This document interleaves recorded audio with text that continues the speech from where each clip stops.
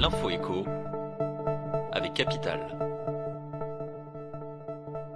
Le chiffre du jour, c'est 6,4%. C'est la vitesse à laquelle les prix moyens de l'immobilier grimpent dans les communes rurales depuis 1 an, d'après Meilleurs Agents.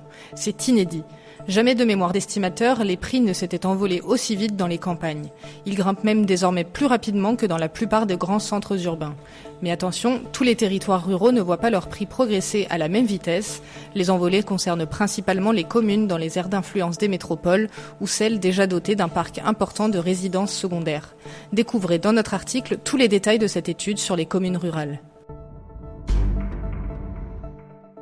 Le coup de gueule du jour est poussé par le député LREM de l'Indre, François Jolivet.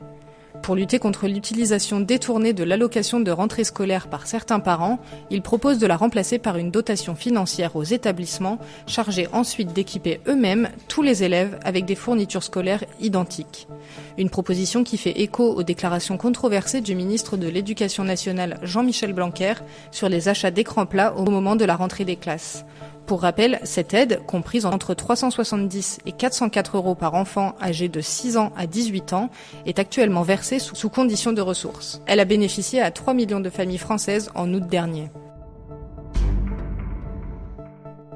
L'info pratique Capital concerne votre plan d'épargne logement. Vous avez en effet tout intérêt à le conserver si celui-ci a été ouvert avant le 1er mars 2011. Selon les dernières données de l'Observatoire de l'épargne réglementée, présentées mardi 7 septembre, ces vieux PEL offrent un rendement brut moyen de 4,46%, bien plus que le taux actuel de 1%.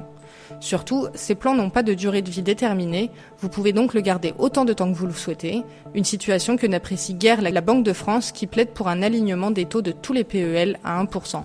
Si cette proposition venait à se concrétiser, le manque à gagner pour un épargnant pourrait atteindre 1 100 € par an en moyenne. Plus d'informations sur notre site. Et on termine par le petit malin du jour. Un conseiller du fisc suédois risque d'être licencié après la découverte de sa supercherie pour éviter de travailler.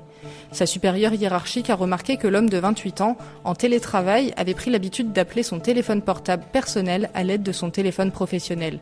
Pourquoi faire ? Pour apparaître occupé sur le système informatique de son travail. De cette manière, les appels entrants arrivaient directement sur les postes de ses collègues, tandis que lui pouvait passer des heures à paresser. En tout, il a mis ce stratagème en place pendant 55 heures, soit 7 jours de travail complet.